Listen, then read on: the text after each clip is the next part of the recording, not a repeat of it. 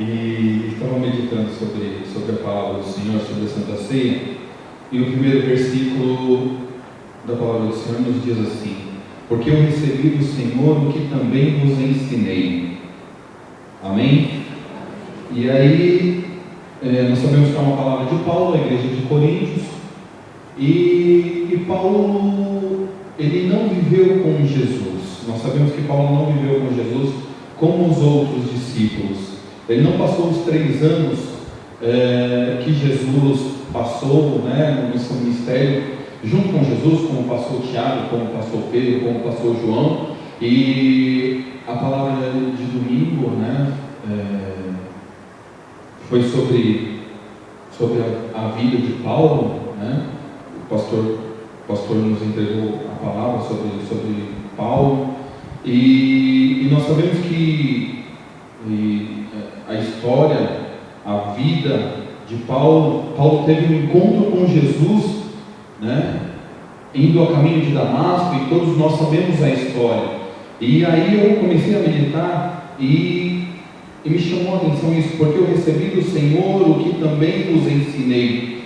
E então, o que Paulo recebeu do Senhor não foi vivendo ali, não foi acordando com Ele, não foi dormindo com Ele, não foi orando com Ele, não foi ceando com Ele. Paulo recebeu tudo por revelação. E o que ele recebeu do Senhor, isso também ele ensinou à igreja de Coríntios e continua ensinando nos dias de hoje para a igreja do Senhor. Amém? E aí eu comecei a meditar sobre isso, e é interessante porque nós temos o costume, pelo menos eu tinha muito mais do que hoje eu tenho, de ouvir a rádio evangélica, de ouvir as pregações, de ouvir. Tem gente que começa escutando lá 105, acho que é 105.7, escuta o dia inteiro, Primeiro que eu não tenho tempo de escutar, segundo que eu não tenho paciência, Porque a gente ouve cada coisa, e tem gente que chora no rádio, e pede dinheiro, e fala cada heresia. Para isso nós temos que estar firmados na palavra do Senhor, para que nós saibamos o que é certo e o que é errado, Nós ouvimos tudo, mas nós temos que reter o bem. E aí eu falei: Senhor, como que Paulo, só pelo seu Espírito mesmo, só pela sua graça, só pela sua bondade, porque mesmo sem andar com Jesus, Paulo teve uma grande revelação e foi o maior missionário, um dos maiores missionários até hoje que nós conhecemos. E aí o Senhor me levou lá em Jeremias, capítulo 18, e aí eu peço que os irmãos abram as vossas Bíblias. Aleluia, glória a Deus. Porque isso é possível sim, ainda hoje.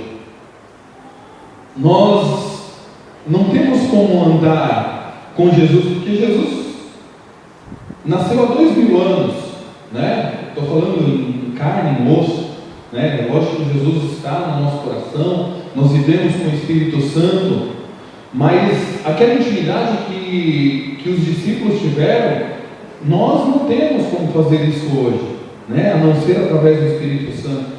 Então Jeremias capítulo 18 nos diz assim: a palavra do Senhor que veio a Jeremias dizendo: levanta-te. Primeira coisa, nós temos que levantar. Tem muita gente que está querendo receber revelação e que Deus fale com ele de qualquer forma, de qualquer maneira, a qualquer circunstância, a qualquer preço. Tem gente que vai aqui, vai ali, escuta um programa aqui, vê um programa de televisão ali, mas não, irmão, não precisa nada disso. A primeira coisa que você precisa é tomar uma posição diante do Senhor. E foi essa a palavra de Deus, foi essa a palavra do Senhor para Jeremias: levanta-te. Segunda coisa, desce à casa do oleiro. O Senhor, como falou com Paulo, como falou com os discípulos, como falou com a igreja primitiva, Ele continua falando hoje. Aleluia. Glória a Deus. Ele continua usando homens e mulheres que se levantam, que tomam posição, que oram e que têm descido à casa do oleiro. E lá falarei, ouvir as minhas palavras. Então Jeremias diz: desci à casa do oleiro, e eis que ele estava fazendo a sua obra sobre as rodas. Como o vaso que ele fazia de barro se quebrou na mão do oleiro, tornou a fazer dele outro vaso, conforme o que pareceu bem aos seus olhos fazer. Nós sabemos que na época de Jeremias, Israel passava por grande dificuldade, por grande luta, e Deus levanta Jeremias, e Jeremias é insultado pelo povo, é maltratado, né? E aí Deus leva Jeremias à casa do oleiro. E quão bom, irmãos, é descer à casa do oleiro. E eu dou glória a Deus, porque nós temos buscado o avivamento. Eu dou glória a Deus porque nós temos orado mais. Eu dou glória a Deus porque nós ouvimos um testemunho nessa noite, que nós temos jejuado mais. Eu dou glória a Deus porque com tudo isso, irmãos, Deus tem falado conosco. Porque com tudo isso nós temos tido mais intimidade com Jesus. E eu glorifico a Deus nessa noite por causa dessas coisas. Então veio a mim a palavra do Senhor dizendo: não poderei eu fazer de vós como fez este oleiro, ó casa de Israel. Nós podemos perceber aqui que o vaso se quebrou, irmãos, e o oleiro podia ter jogado fora aquele vaso, mas não, ele foi lá com o seu amor, com a sua bondade, com a sua vontade, com a sua graça, colocou lá em cima da mesa novamente, em cima da roda, e assim é Deus conosco.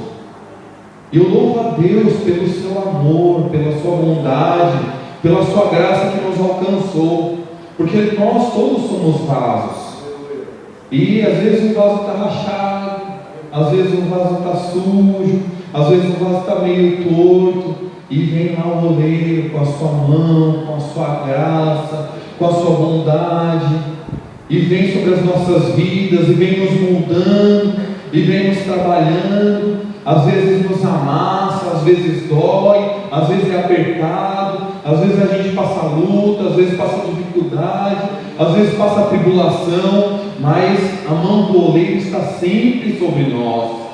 Glória a Deus. O oleiro não tira as mãos do vaso, irmãos. O oleiro não tira as mãos do vaso. O oleiro não joga o barro fora. O oleiro está trabalhando, o oleiro não para de trabalhar. Muitas vezes nós pensamos que ele nos abandonou, que ele nos deixou, que ele nos esqueceu, mas ele está com as suas mãos sobre nós. Ele está com as suas mãos nos alisando, nos acariciando, nos moldando, para que nós possamos ser transformados, para que nós possamos estar preparados para fazer a sua vontade, para fazer o seu querer, para fazer o que Ele nos chamou, irmãos. Porque nós temos que saber que não fomos nós que escolhemos a Ele. Nós não estamos aqui nessa quinta à noite porque nós somos bons, porque nós somos os melhores. Não, nós estamos aqui porque Ele nos escolheu, porque Ele nos amou, e amou de tal forma que, como diz lá João 3,16, Ele deu o seu único Filho por amor de nós. Ele enviou o seu único Filho para que morresse na cruz do Calvário, e que por Ele nós fôssemos salvos, irmãos.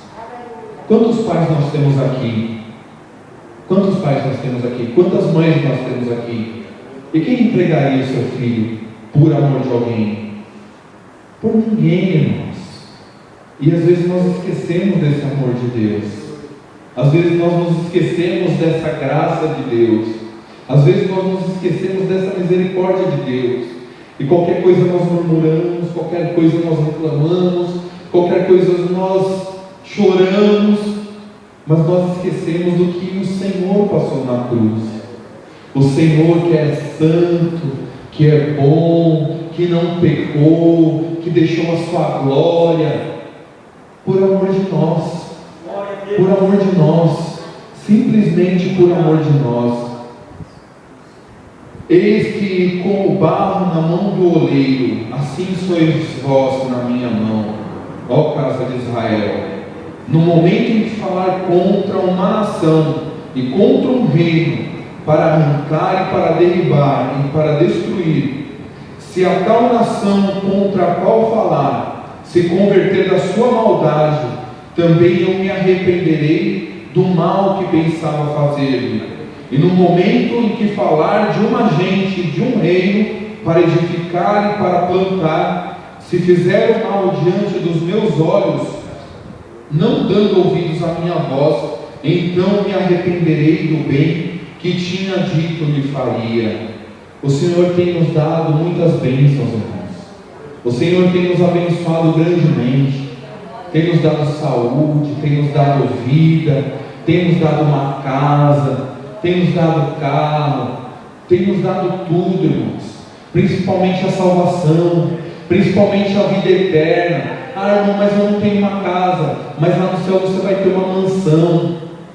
Ah, irmão, mas eu não tenho um carro aqui, mas lá no céu você vai andar em carruagem de fogo, irmão. Ah, irmão, mas eu não tenho ouro, não tenho prata, eu só recebo uma pensão, eu só recebo um salário mínimo. Irmão, lá no céu você vai andar em rua de ouro e cristal. Tem coisa melhor que essa? Não tem nada comparado ao que nós vivemos aqui. Não tem nada, não tem riqueza. Muitas vezes nós pensamos assim: nossa, eu podia ganhar esses 111 milhões, né, pastor? Na Mega Sena. Traz o dízimo, né? Às vezes passa pela nossa cabeça. Eu não sou hipócrita. Às vezes eu penso: meu Deus, com 111 milhões, o que eu não faria? Não sei nem quanto que é isso, né, Fábio? Eu acho que não dá nem para gastar isso, né? Mas, irmãos, lá no céu não é nada 111 milhões. E sabe o que Deus tem buscado? Deus não tem buscado gente com dinheiro, não. Deus não tem buscado gente com riqueza. Deus não tem buscado os doutores, os juízes. Não, Deus nos escolheu. Deus escolheu um povo humilde. Deus escolheu um povo que o adore em espírito e em verdade. Amém.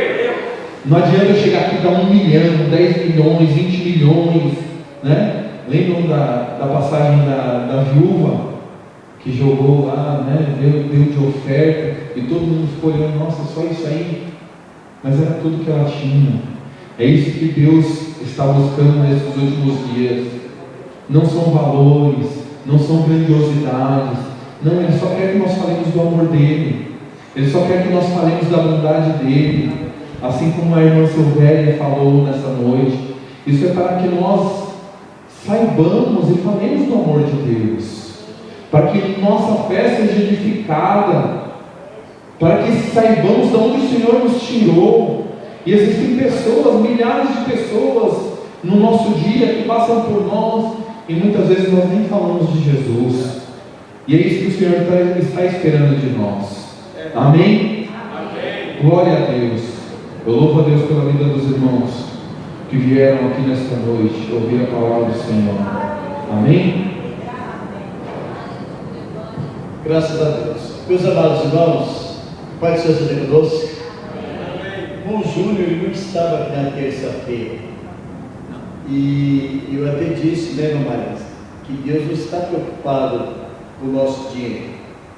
Deus não está preocupado com o seu dízimo. Quando eu falei paga o dízimo de 11 milhões, evidentemente que ele estava brincando. Não vai jogar na loteria isso aí, que o pastor falou que se eu pagar o dízimo não pode. Vigia na terra, viu?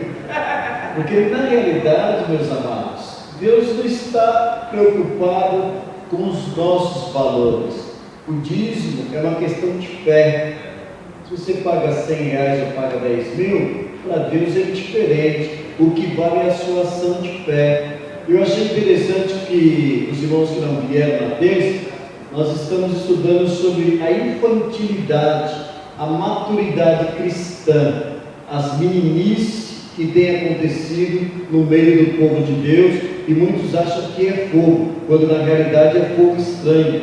E à luz da Bíblia nós estamos estudando sobre maturidade, e nós trabalhamos muito no quesito do rádio.